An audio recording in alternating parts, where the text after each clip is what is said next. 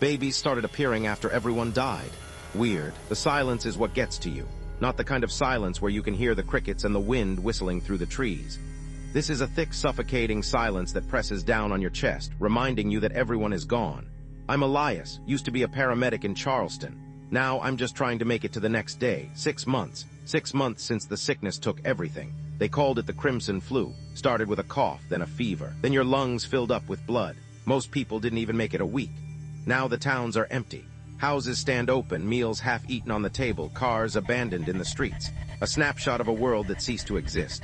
I was scavenging in Somersville, a small town nestled in the mountains. Most of the buildings were picked clean months ago, but you never know what you might find tucked away in the back of a dusty shelf.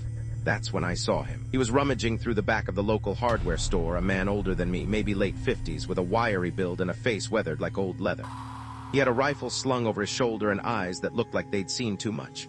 "You looting too?" I asked, keeping my distance. He didn't even flinch, just turned slowly, his eyes sizing me up. "Survival," he grunted, "not looting. Whatever you want to call it. I'm Elias, Riley, Mac." He didn't offer a handshake, just kept his hand on his rifle. We eyed each other for a minute, the silence broken only by the wind rattling a loose piece of metal on the roof of the store. "Anything left in here?" I asked. Mac shrugged, mostly cleared out. Found some canned goods in the back, enough for a few days. We ended up working together for the rest of the day, sharing what we found. I got a couple of cans of peaches and a box of bandages. Mac scored a few tools and some ammunition. It wasn't much, but in this world anything was a win. That night we made camp a few miles outside of town, near a creek. We built a small fire, cooked some beans, and sat in silence watching the flames. "So Elias," Mac said, breaking the silence, "what brings you to Somersville, looking for supplies, and maybe looking for someone?" I didn't elaborate. There wasn't much point. "Someone special." I nodded. "My wife. She was working at a clinic in Charleston when it hit. I haven't heard from her since." Mac didn't say anything. He just stared into the fire, his face grim. He knew as well as I did that the odds of finding her alive were slim to none. We stayed together for a few more days, moving from town to town, scavenging what we could. Mac was a hard man, but he knew how to survive. He taught me things I never would have learned on my own: how to track animals, how to purify water, how to kill quietly. Then we found her. We were in Fayetteville, searching through the ruins of a small medical clinic when we heard a noise. A soft whimpering sound coming from the back of the building. I grabbed my pistol and Mac raised his rifle. We moved cautiously, our hearts pounding in our chests. We found her in a small room lying on a makeshift bed of blankets. Dr. Anya Sharma. She used to work for the CDC. I'd seen her on TV a few times, giving updates on the pandemic. She was pale and weak, but alive.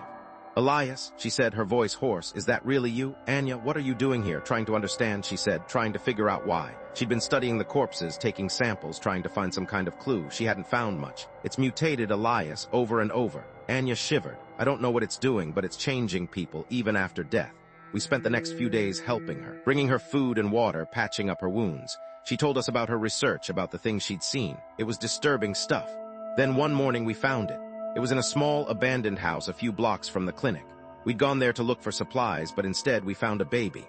It was lying in a crib wrapped in a tattered blanket. It looked healthy, normal, except for its eyes. They were wide and unblinking, and they seemed to stare right through you. Where did it come from?" I asked, my voice trembling. Anya shook her head. "I don't know. There's no one around here who could have given birth. Everyone is dead." I picked it up. It felt wrong, too heavy, too still. "We have to take care of it," I said. "It's just a baby."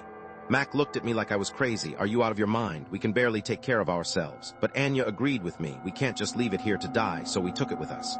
We named it Hope. It seemed appropriate, even if the situation felt anything but. Over the next few weeks, more babies started appearing. In abandoned houses, in the woods, even in the back of cars. Always healthy, always with those unsettling eyes. It was like the world was being repopulated, but not by us, by something else. Anya started examining the babies, taking blood samples, running tests. She found some strange anomalies. Their development was accelerated. They seemed to learn and grow faster than normal babies, and their blood contained traces of something she couldn't identify. "This isn't natural," she said one night, her voice filled with dread. "This is something else." We started hearing rumors, whispers from other survivors. Stories of babies being born in impossible ways from the ground, from trees, even from the bodies of the dead. Most people dismissed them as crazy, but I wasn't so sure. I'd seen too much in the last 6 months to discount anything. One day we found a young woman wandering alone in the woods. Her name was Sarah. She was in her early 20s with haunted eyes and a vacant stare. She told us a story that made my blood run cold. She'd been living in a small community trying to rebuild their lives. But then the babies started appearing, and things started to change. She said the babies had a connection to the dead.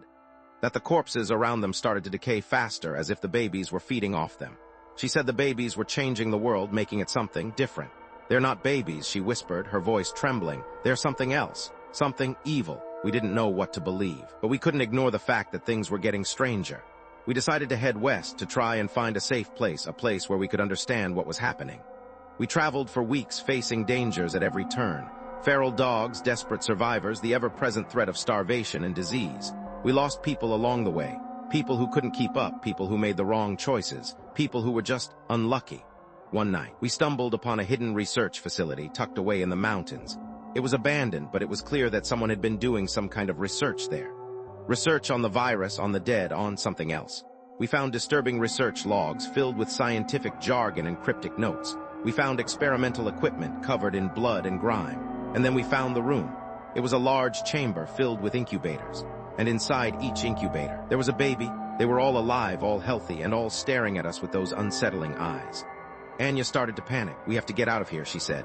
"This place it's not safe." But it was too late. We were surrounded. A group of survivors armed with weapons and wearing strange symbols on their clothing emerged from the shadows. They were led by a man with wild eyes and a long, unkempt beard. "We have been waiting for you," he said, his voice filled with a strange fervor. "We are the children of the new world, and you have brought us a gift." He gestured to the babies. "These are the chosen ones. They will lead us to a new beginning. We tried to fight, but we were outnumbered." Mac went down, taking several of them with him, but he was quickly overwhelmed. As I fought, I saw one of the babies, the one we had named Hope, staring at me. Its eyes were glowing with an unnatural light. And then I felt something, a force pushing against my mind, trying to control me. I managed to break free, but it was enough. The man with the beard grabbed Anya and Sarah, dragging them away. I managed to escape, but I knew I couldn't leave them. I had to go back. I found them in a large clearing surrounded by the survivors. They were kneeling before a massive, pulsating mass of decaying flesh hidden beneath the ground. The babies were clustered around it, feeding off its energy. The man with the beard was chanting, his voice rising to a fever pitch. He was preparing to sacrifice Anya and Sarah to the mass. I knew I had to do something. I charged forward, firing my pistol. I managed to kill a few of them, but they were too many. I was knocked to the ground, my head spinning. As I lay there, I saw Anya and Sarah struggling against their captors. And then I saw Hope. It was standing at the edge of the mass, its eyes glowing brighter than ever. And then it raised its hand. The ground began to tremble, the trees began to sway, and the mass began to pulse faster and faster. The survivors started screaming, clutching their heads. The babies began to cry, their voices echoing through the forest. And then everything went black. I woke up hours later, lying in the clearing. The survivors were gone. The mass was still there, pulsating softly. And Anya and Sarah were huddled together, trembling with fear. What happened?" I asked, my voice hoarse. Anya shook her head. "I don't know, it was like the baby controlled it.